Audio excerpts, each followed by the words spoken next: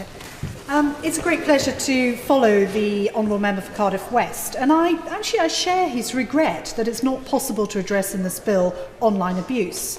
And I hope the Minister will show the Government's determination on this issue, which Ministers have regularly in response to questions on a number of other measures. I noted particularly the Minister's response to my intervention on codes of practices. He is right to say that the industry has been able to move very swiftly and very effectively when it comes to issues around terrorism and child abuse.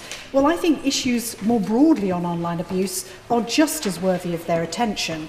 And I hope that he's clear about the Government's priorities in this area to make sure that the industry really does act. And Madam Deputy Speaker, if I can say that it's an art form to draw the scope of a bill, and the Minister should get a Grade A medal in drawing the scope of the bill extremely tightly to make sure that a number of issues that many of us would have liked to have drawn to the attention of the House haven't been able to be covered in this, but it doesn't mean that they're any the less important. Madam Deputy Speaker, I really welcome Government's new clause 28 and 29 in terms of the powers to block access to material where age verification is not sufficiently robust. I think this really does show the intention of the Government, and I think that they have really done well to reflect the intentions of my honourable friend, the Member for Devizes, in her new clause 1, and also my honourable friend, the Member for Congleton as well. And I think this does show that there is a will and a real action and an energy from government to try and clean up the internet so that it's safer for children to use. And my amendments 27 to 34 really is to try and, I suppose, question whether the government could have gone further in this, albeit I acknowledge that the government is very much adhering to our manifesto commitments at the general election.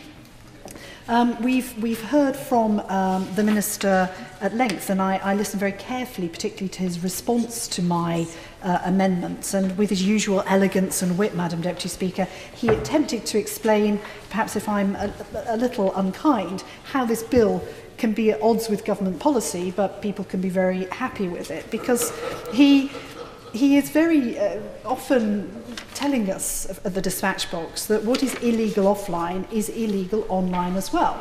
Well, it's illegal for children under the age of 18 to view adult material, not pornography.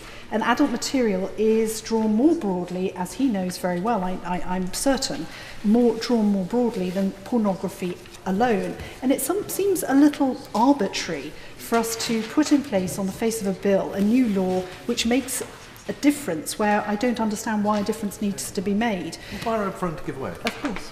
I'm going to speak from Myra Front. She says it's illegal for children to view adult material, but she'll be aware that vast amounts of adult material are broadcast on our national broadcasters after the war shed at 10 o'clock.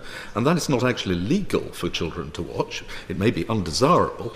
And how does she propose to deal with BBC iPlayer, ITV Play and the 4OD, who will be broadcasting 18 material? And the former Secretary of State makes an extremely important point. I suppose the advantage that broadcasters have over the online world is that they can use a notional watershed, albeit he is right to say that that is clearly not the case when it comes to iPlayer. But I'll come on later in my remarks to technology that is really on our side in this area. Technology is moving on and giving us just the sort of opportunities that I think he would welcome to make sure that children are not viewing things which we set out in this place are inappropriate. So I just gently urge the Minister, when he looks at my amendments, to think perhaps how he might be able to embrace them in the future.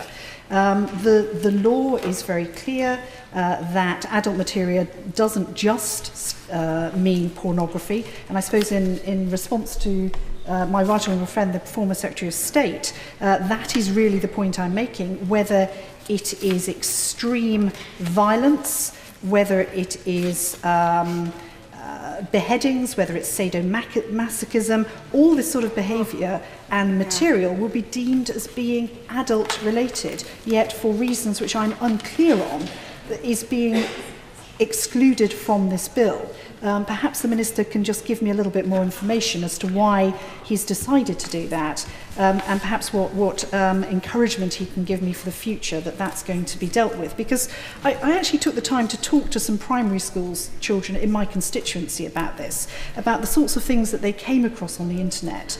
And a group of them talked to me about, when they've been viewing very age-appropriate material. I think it was actually viewing pictures of small kittens. They then popped up at the end of it material which frightened them to their core. And these were young children, and they weren't out and out looking for it. It just popped up. Now, of course, there may well be already restrictions and parental controls that could be put in place that might catch this, but surely the Minister's got an opportunity here to make sure that even organisations like Facebook or YouTube rather than Facebook are being more careful about the sort of advertisements that are being linked to child-related material.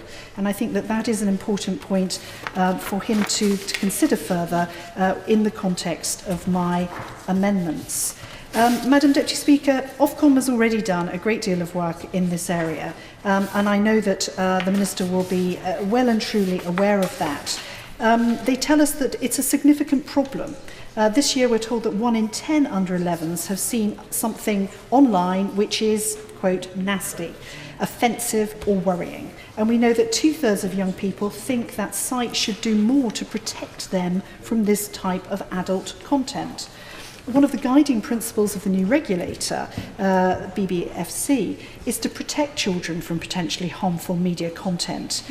We protect them on television, albeit with the problems that the former Secretary of State has talked about, my right honourable friend. We protect them in the cinema.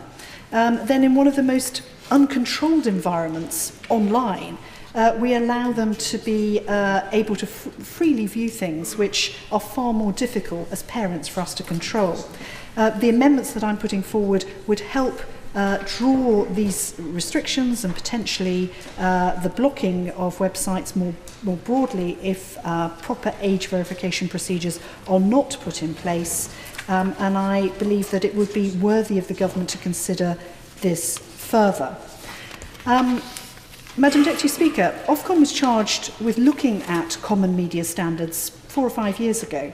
And perhaps the Secretary of State, or the Minister rather, in his summing up, can update the House on the progress that's being made in this area. And perhaps also the Minister can explain how the new regulator will balance its narrow responsibilities online to look solely at pornography with the organisation's broader remit offline in terms of looking at adult-related material. Organisations like Childline are on a daily basis having to deal with the aftermath of young people looking at more broadly defined adult material online, as I've said before, particularly in videos in terms of extreme torture, violence and particularly upsettingly beheadings. My amendments, which have the full support of the NSPCC, simply seek to put safeguards that we take for granted offline into the online world. Content which would require an 18 certificate if it was in a film or a video game would also be subject to an age verification system.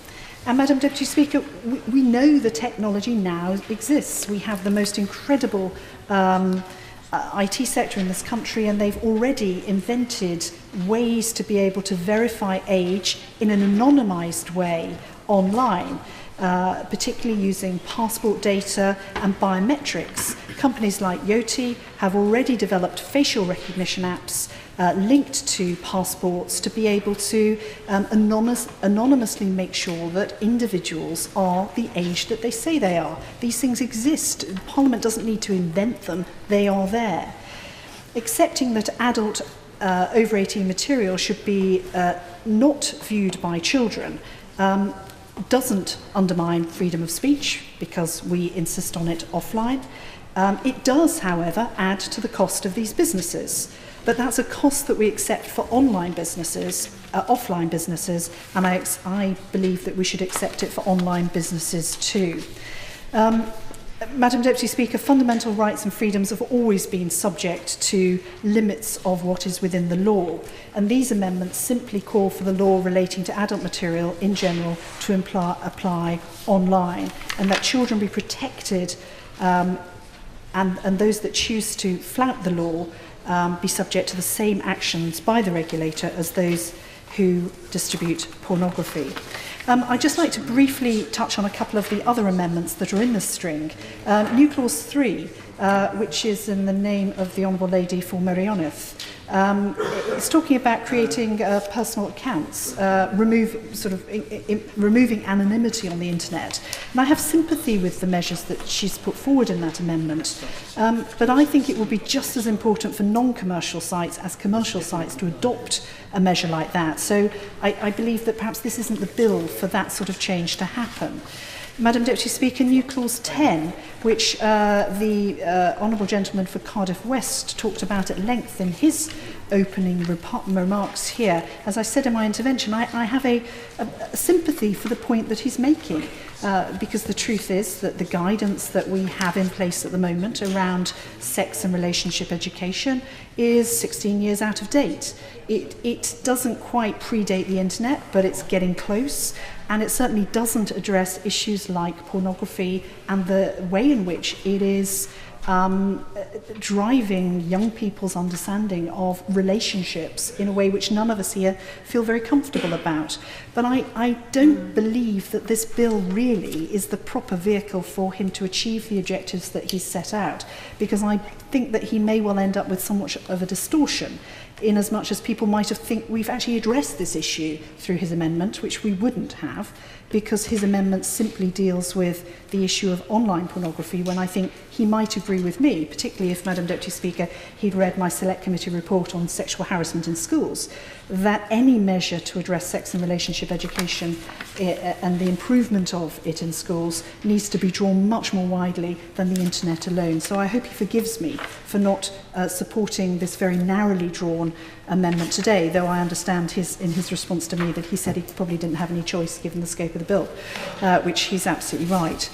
I urge the Minister to consider perhaps some stronger undertakings than the ones that he gave to me in his opening statement about the importance of prohibiting children from viewing adult material in its broader sense rather than the more narrow sense that the government's chosen to focus on. You know, the Minister has got a personal responsibility here to children who use the internet day in, day out. We need to make sure it's a safe place. He's done more than any other minister in his place today in making this internet a safer place for children like mine, like his, but he needs to do more, and please can you give me that undertaking today? Thank you.